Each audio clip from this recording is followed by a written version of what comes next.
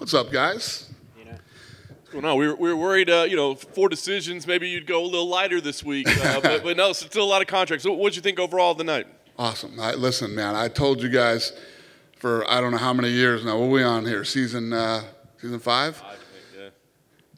It's awesome, man. I could do this every Tuesday. I love these fights. These are the best unsigned kids out there. The matchmaking is incredible, and fights are really good. So, you know, we'll see how these guys do in the UFC. Yeah. What'd you think of AJ? Obviously, he's the one that got the finish. I mean, they came out there fighting like crazy. I mean, do you recommend guys go do nutty things like that to start out with, or? Listen, I recommend you just come in and be who you are and do what you do, and we'll take a look at it and see if you fit. Obviously, you know, there's a lot of things that I loved about him. This guy didn't make weight. They said he literally didn't give a shit. He could care less whether he made weight, and he came in and he fought his ass off. He tried to finish. He never stopped the entire time. When he sunk in the choke, I was like, he's not going to get him with that. And he got him. You know, the guy was aggressive, kept fighting, and how do you not give that guy a shot? Yeah. You gotta. I saw a lot of like debate, like questions. If his opponent had won, would you even consider him for a contract? When a guy misses weight, especially during COVID and all, I mean, do you automatically write him off as like no way, or do you still? If you can't make weight to get into the Contender Series, yeah, you're a nightmare I'm not looking for. Fair enough. I did want to ask you about Morales. That's the one I wasn't sure about, right? Because he looks very, very talented, but he's so young. Mm-hmm. And so, like, it's clear that dude has a big upside. Yeah. But he's going to have to do it in the UFC, right, at a young age. So how difficult of a decision was that one? Here's the thing. He's 22 years old. Normally, I wouldn't take a kid that young. He's 12-0. He's 12-0. And I'm telling you, this kid that he fought, I got him in Houston looking for a fight. And you know, you were all here. You saw it. That guy came to win tonight. Not to mention the fact that that's like a 30-year-old man against this 22-year-old kid. And I literally see signs of possible greatness in this kid. If this kid can keep his head together, not lose his fucking mind, and you know, dealing with fame is very hard for a lot of people. And as you start to become more famous, you get in the big show, a lot of doors open up for you that normally wouldn't have opened up for you. And if he can keep it all together, what the hell is this kid going to, first of all, what's his record going to be? And what's he going to look like when he's 26, 27, 28 years old? Those are all the things that remain to be seen.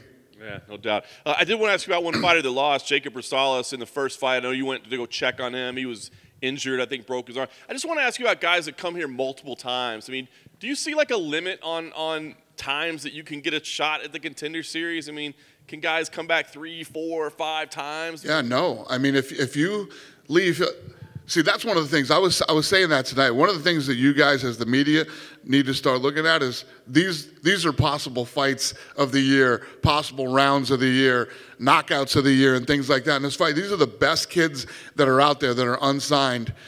And when you come in, you're fighting the other best kids that are out there. I mean, some of these kids that are coming in are undefeated or only have 1 loss.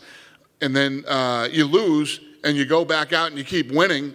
No, yeah, you come back and, you know, this isn't like the NFL. You get 1 shot and you never get heard of again. You know, you keep doing your thing and keep improving and keep winning. You can work your way back to the show. Very nice. Last ones for me. We got a big pay-per-view obviously coming up this weekend. I did want to ask for 2 quick updates. One, we saw a report today that Robbie Lawler and Nick Diaz was going to be a middleweight fight rather than a welterweight fight. Can you tell us? Yeah, so I just got home. I was gone I left after the fight Saturday. I went to Boston for a couple days and just got back a couple hours ago.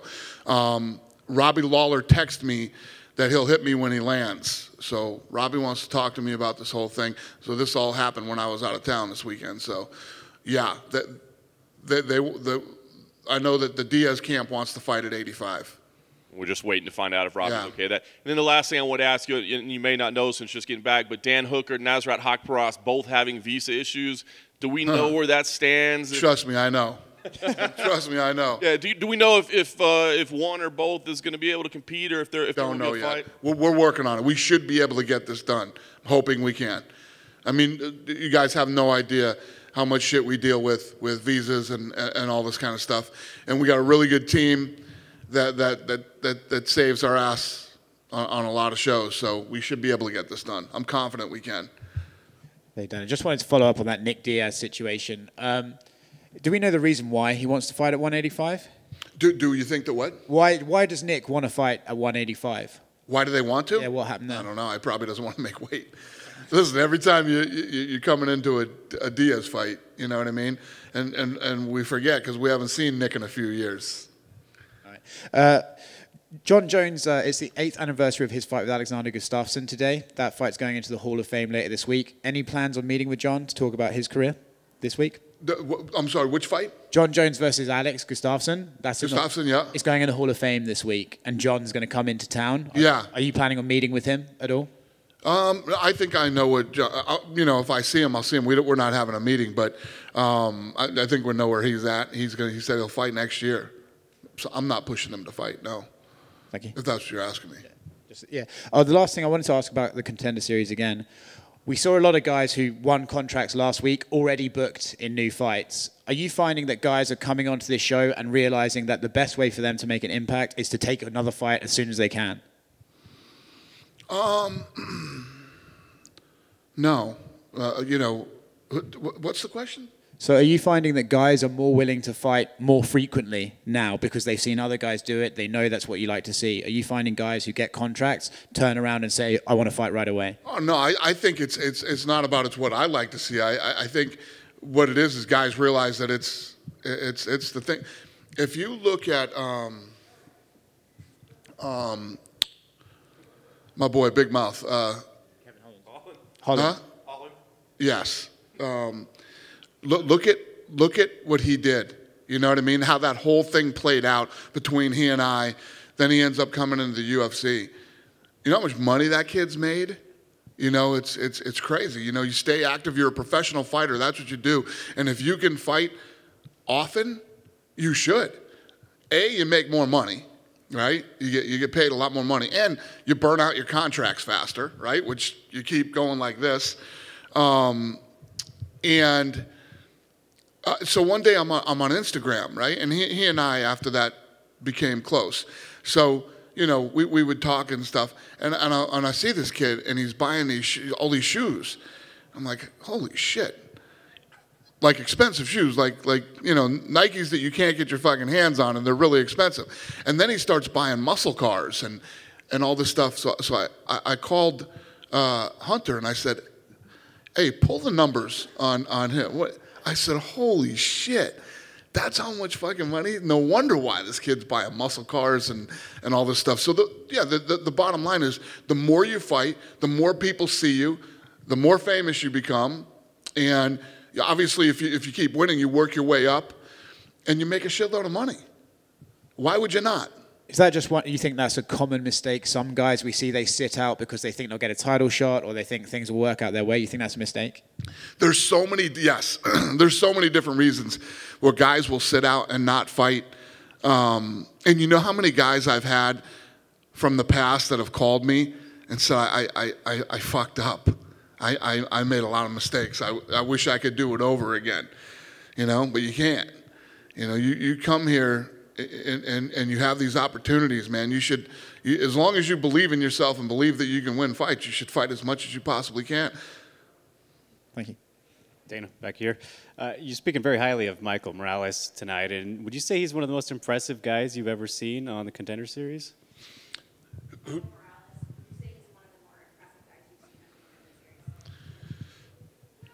Yeah, I'm sorry, you guys. I don't hear well, and it's super echoey in here today, so it's a mess. I would say. You know, if you look at his age, his record, and this tough kid he just fought, yeah, he's one of the most impressive for sure. That's why I said I literally see signs of possible greatness in this kid.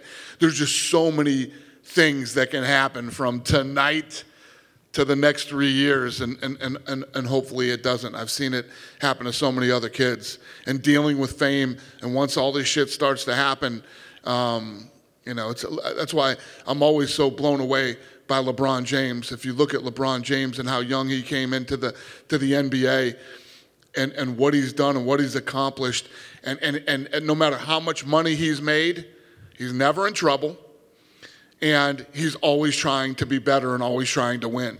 You know, when you have that type of a mentality like a LeBron James, sky's the limit, man. And the same thing with the fight business. And unrelated, but this week, or was yesterday maybe, you guys officially announced the Holly Holm and Norma Dumont fight at featherweight. Just kind of curious what the thought process was behind that one. Because, you know, Holly, former champ, Norma just got a win over Felicia Spencer at featherweight. Like, how'd that one come together? Yeah, what do I think of that fight? Yeah, we were literally in matchmaking today talking about that fight. It's going to be interesting. You know, we had our own ideas of how we thought that fight might go, but I won't share that with you. But listen, obviously we like the fight. That's why we made it, and I'm curious to see how that plays out. And the last thing for me, you know, old buddy Yoel Romero just suffered another loss on Saturday. Curious, you know, if you saw the fight and what you thought of Yoel's performance. Oh yeah, that's what I needed now. The air conditioning. That's the fucking cherry on the sundae right there. I had literally heard nothing you said, sir. What was that? Yeah. Oh, I didn't see it. I didn't see the fight. I heard that Romero thought it was 3 rounds and not 5. I mean, this is all typical Romero stuff. He was awesome to deal with. Awesome. He's a nice guy. I like him. I'm not saying anything bad about him, but yeah. Thanks. Good luck, Bellator. Dana, right over here on your left. Yep.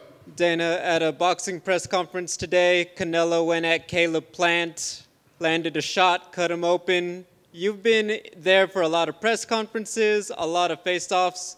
Bluntly, do people behave a lot better when the big boss is right there between everybody? Well, I'm not surprising. ShtShowtime they're great. Those guys are really good at what they do. From production to press conferences, they're fucking awesome. Thank you. How long have you been in the business that you would let 2 fighters go up to each other face to face without somebody there to try to, and then when it breaks out, there's like 2 women that are there in between them before there's a man anywhere near it. You couldn't be fucking dumber than what they did today. Risk a massive fight, you know, with one of the biggest stars in the sport by not having the fighter safe. You can't let 2 alpha males walk up to each other face to face, you know, at the fucking supper club or wherever the hell they were today having that press conference, and let 2 guys, you know, stare down without somebody there to break it up. But they're awesome. They do a great job at everything they do, so it's not shocking. So, Thank you. Yep. Aiden, just one question. December, I know we've asked you about it in the past. I don't think you've ever been a big fan of custom rules, mixing up partial like Muay Thai and like a MMA. December 5th, Demetrius Johnson is fighting Rod Tang in a custom bout. Starts off in Muay Thai the first round and then goes to MMA. Would the UFC ever do any sort of crazy mix mash thing like that where you might do a custom rules if you have 2 champs that are willing to do it? And in addition, how do you think that fight, if you know who Rod Tang's skills, how do you think that fight will play out for DJ? Let me ask you, do you think I should? I would love to get your thoughts. If it ain't broke, don't fix it. I mean, people, listen, it's like when people ask me about music, like playing live music at the shows. There's a completely different mindset that I have when I go to a concert than when I go to a fight. You know what I'm saying? And when you put 20,000 people in a stadium, the odds that all 20,000 people are going to like the same music is highly unlikely. You know what I mean? It's like if you and I go to an AC/DC concert, we're going to see AC/DC. We like AC/DC, right? If you and I go to an AC/DC concert, I don't know. Yeah, fucking, you know. I don't know. I'm trying to come up with something funny, but I couldn't. Somebody comes out that we're not into. It's just a completely different vibe. When we go to fights, and there's different types of fights, right? Like there's people that are chomping at the New York fight sold out in hours. Okay, we put that thing on sale, sold out in hours. Now, there's other people that would want to go to a different fight. Different people like different things. When you try to mix match all this stuff, if I want to go to a Muay Thai fight, I'll go see one. It's like if I want to go to a boxing match. If I'm going to pay money and go see a boxing match, there's a certain fight that I want to see.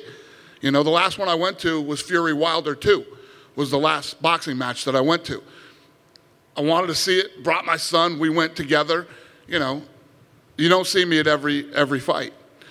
I just think that mixing those things up is weird and won't work. But if you have a company and you're bleeding money, you start throwing the kitchen sink at the thing. You start trying to figure out anything to make it work. And that's not a dig. It's just that's what you got to do when you're in business and shit isn't working. You got to figure out, I don't know, different ideas to make it work. Maybe that's what they're doing. Yes, sir. Hey, Dana, thanks for taking the time. Speaking of matchmaking, what was the thought process to make the Figueiredo and Brandon trilogy? Yeah, so we had the, oh, God, what fight did we have? We were going to make another fight. Pantoja, yes, thank you. And I don't know if he got hurt. Something happened. I can't remember what happened with him. So when he fell out of the fight, we went with the third fight. It was the only thing that made sense. And both guys wanted it. So, you know what I mean? Moreno wanted it just like Figueiredo wanted it. Then it makes perfect sense. Yep. Will that co-main possibly Gagey and or getting ahead of myself? Will that co-main? Would that co-main event Gagey and Poirier? I'm sorry, Charles and Yeah. Poirier. I know what you're saying. I don't know yet. I don't know. And lastly, if Moreno stays with the belt and you maybe even get a Brian Ortega, how soon do you guys go to Mexico or something like this with Mexican-American champions? If Moreno wins or Brian Ortega wins, how soon do you think you go to Mexico for a title fight? Like, I don't know, man. I'm worried about New York right now. You know what I mean? As long as we can get through New York unscathed, I'll be very happy. I'm not even thinking about other countries right now.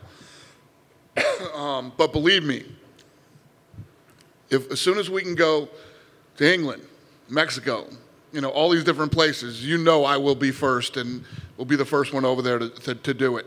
You know, it's like what's going on this year. I felt absolutely confident and safe in Texas, Florida, Arizona, and Vegas. I knew that once we invested the money to put these fights on, it would happen. The likelihood of them falling apart was very slim. I'm not willing to make that type of an investment yet in other countries. All right. Thank you, sir. Thank you. Good? Thanks, guys. Have a good night.